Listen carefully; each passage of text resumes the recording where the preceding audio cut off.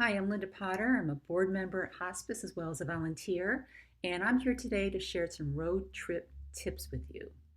In 2015, my husband and I bought a used RV with plans to take our sons across the country. We nicknamed the RV Eleanor in honor of Eleanor Roosevelt and her quote of, "Do something every day that scares you." Because frankly, driving that RV every day scared the heck right out of us. But when you take a journey, you get started, you move into that fear, and you move ahead because that's all you can do when taking a journey. There may not be a lot of road trips going on this summer, but we're all on a journey together as we weather this pandemic. And some of the lessons I learned 5 years ago from that road trip are lessons that are helping me during this pandemic, and I want to share those with you. The first lesson is choose your travel companions with care. Now, fortunately, I like spending time with my husband and my children. We make each other laugh, we play well together, and we generally enjoy each other's company. Though we have to be physically distant during this time, we can be socially connected. Set lawn chairs up in your backyard 6 feet apart and invite over people who make you laugh and smile. Those people that complain all the time and bring you down are the people you need to eliminate in your life or limit your time with them. This time is especially important to make sure that you share the ride with people that you like.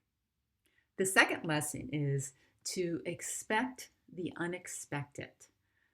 When we planned this trip, we spent months researching, looking at destinations, making reservations, plotting out things on the map, and reading books.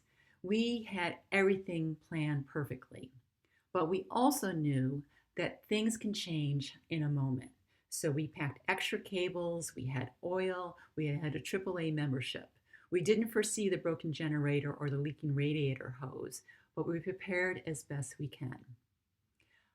I had a lot of things planned this summer, probably like you. I had plans to travel to see family. I was going to invite friends to visit us at the lake, and I had a daughter's wedding in August, all to look forward to. Everything on that list has been postponed thanks to the pandemic.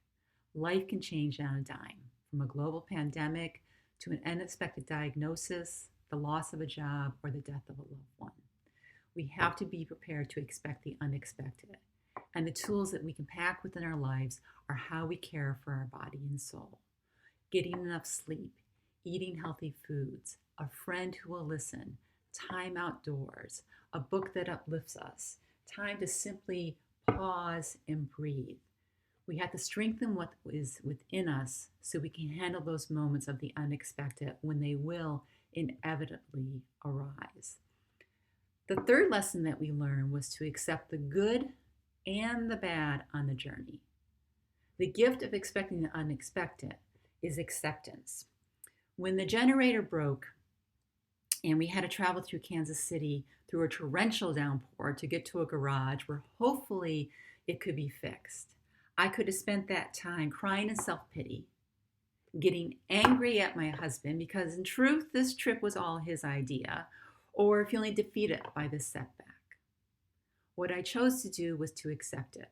I had to stare it straight in the eye and without emotion or judgment to say this is what it is and to be open to how to get through this and even to see what lessons we had that this moment could teach me on the other side.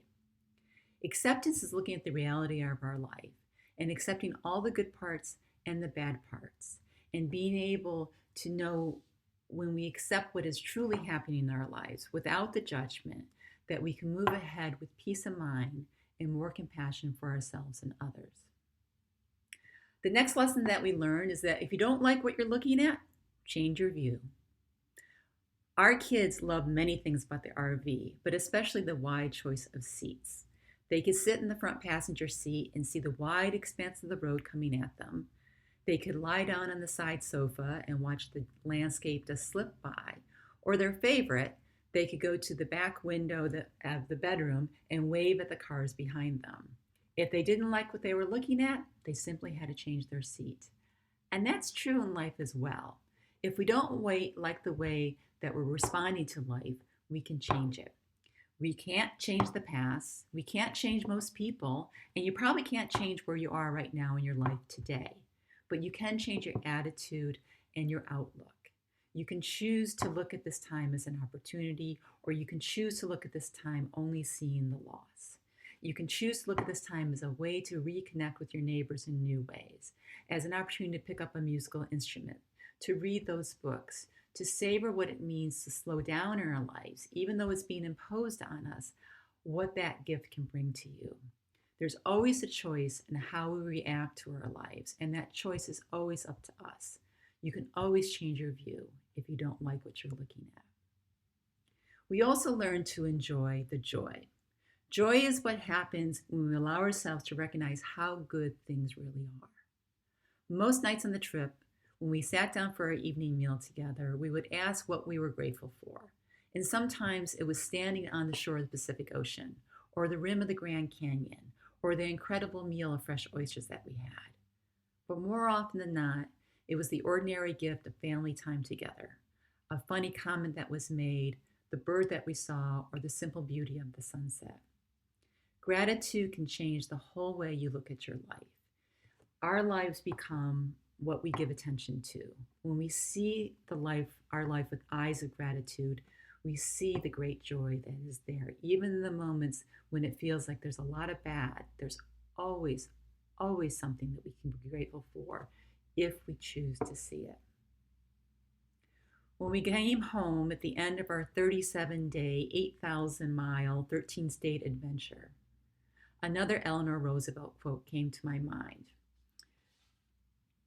The purpose of life is to live it, to taste experience to the utmost, to reach out eagerly and without fear for newer and richer experience. Life would be easy if every day went exactly as we had it planned. It also would probably be pretty boring. What we have right now is a very new and rich experience being handed to us. Our choice is how we meet that experience, how we learn those lessons, and how we take advantage of these new opportunities being given to us. This is a road trip we're all on together. Your choice is to find the road trip tools that work best for you. I'll see you on the road. Thanks for joining us.